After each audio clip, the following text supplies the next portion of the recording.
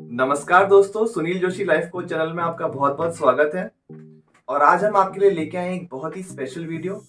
जैसा कि आप जानते हैं कि ये जो चैनल है इस पे हम बात करते हैं रेलवे से संबंधित सभी जानकारियों के बारे में और मोटिवेशन के बारे में। तो ये जो वीडियो है आज मोटिवेशन से संबंधित है और सुनील जी ने एक बहुत ही स्पेशल पोयम हमें रिकमेंड की है। तो आइए एक नजर डालते हैं उस पोयम पे और फिर बात करेंगे उसी से संबंधित एक किस्से पर।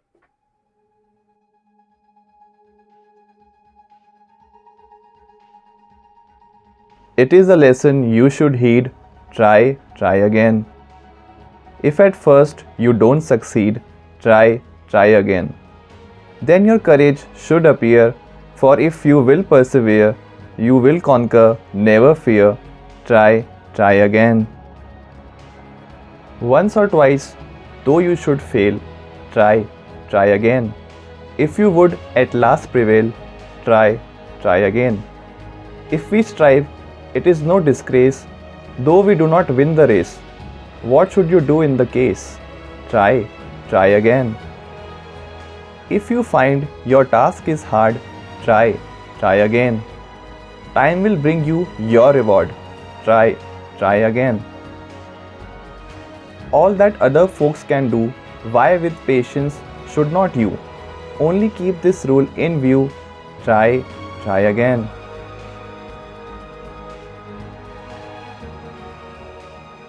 और आइए अब देखते हैं ये वीडियो खुद कैसे एक लाइव एग्जांपल है ट्राई अगेन का। नमस्कार दोस्तों, Sunil Joshi life coach channel में आपका बहुत बहुत स्वागत है। और जैसा कि आप जानते हैं और आज हम आपके लिए लेके आए हैं hello hello hello hello hello hello. तो उम्मीद है आपको ये पोएम पसंद आई होगी। और अब बात करते हैं इससे संबंधित एक किस्से के बारे में। तो संघर्ष जो है दोस्तों वो चलता ही रहता है, चाहे वो पर्सनल लाइफ हो या प्रोफेशनल लाइफ हो। और ऐसा ही एक दौर आया था मेरी लाइफ में भी, जब मैं प्रोफेशनल लाइफ में थोड़ा स्ट्रगल कर रहा था।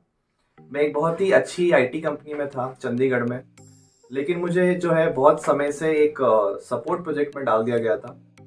और जो लोग नहीं जानते हैं, जो सपोर्ट प्रोजेक्ट जो होता है उसके अंदर ऑलरेडी जो सारी प्रोसेस होती हैं वो बन चुकी होती है और आपको उसे बस मेंटेन करना होता है। और अगर कोई इश्यू आया तो ज़रूर आप उसे देखते हैं, पर मोस्टली मॉनिटरिंग का काम होता है। और बनिस्पत इसके जो डेवलपमेंट प्रोजेक्ट्स होते हैं उसे हम स्क्रैच से बनाते हैं, एकदम शुरू से बनाते हैं। तो वहाँ पे जो है गुंजाइश ज़्यादा होती है सीखने की, और आप लर्न ज़्यादा करते हैं और साथ ही साथ आप उसे फिर बाद में मेंटेन भी करते हैं। तो मैं ये चाहता था कि जो ये कंपनी है मैं इसे चेंज करूँ, क्योंकि वैसे भी जो प्राइवेट सेक्टर है उसमें आपकी ग्रोथ जो है वो कंपनीज हॉप करने पे ज़्यादा जल्दी होती है। पर मैं वहाँ पे स्ट्रगल कर रहा था। तो जो मेरा स्ट्रगल था उसके बेसिकली दो कारण थे। पहला कारण तो ये, जिन स्किल्स पे मैं काम कर रहा था वो धीरे धीरे मार्केट से जा रहे थे।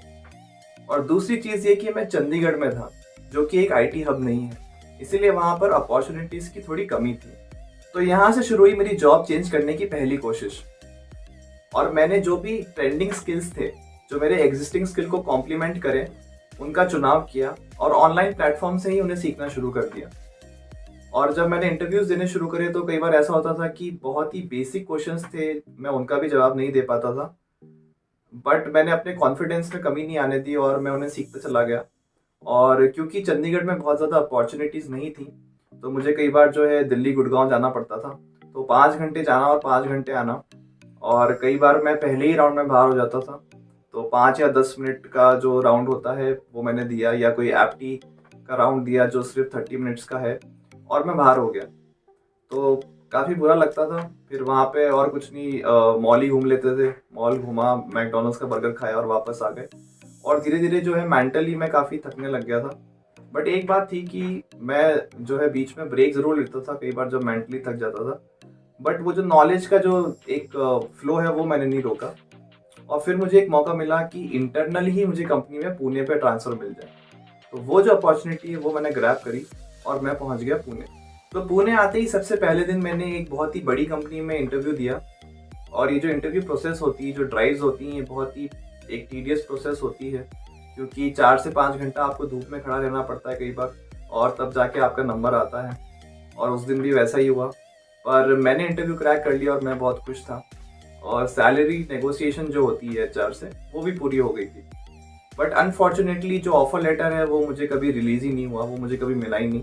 ऑलरेडी चंडीगढ़ और गुड़गांव में मैं इतने इंटरव्यूज दे चुका था, और पुणे आने के बाद में भी जब मुझे ऑफर लेटर नहीं मिला तो मैं थोड़ा सा उदास हो गया था। और जब ऐसा वक्त आता है हमारी लाइफ में, कई बार ऐसा होता है कि हम बहुत एफर्ट्स पुट कर रहे होते हैं बट उसका भी आउटकम नहीं निकल रहा होता है। तो मेरा ये मानना है कि आप थोड़ा सा रेस्ट ज़रूर ले लीजिए।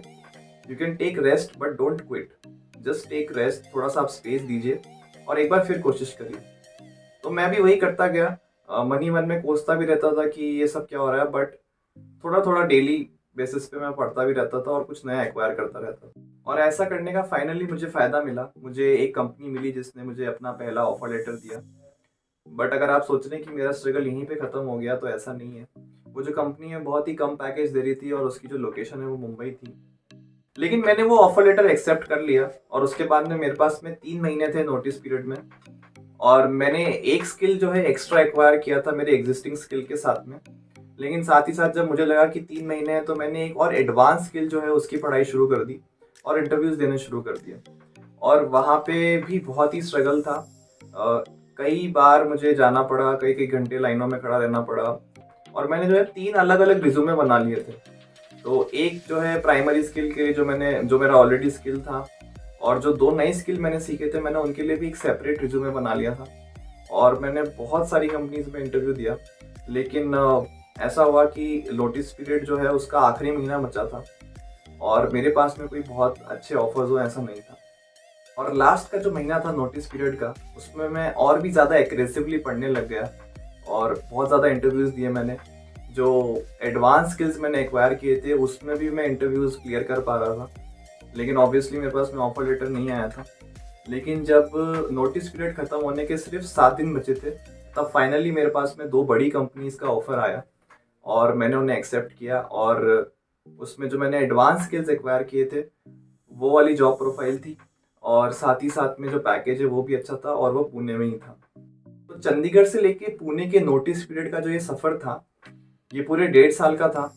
और इसके अंदर जो है मैंने एक लर्निंग एटीट्यूड जो होता है वो डेवलप किया, और मैं जो इंटरव्यूअर्स की साइकोलॉजी है वो भी समझने लगा, और इसलिए मुझे इंटरव्यू क्रैक करना आसान हो गया था बहुत।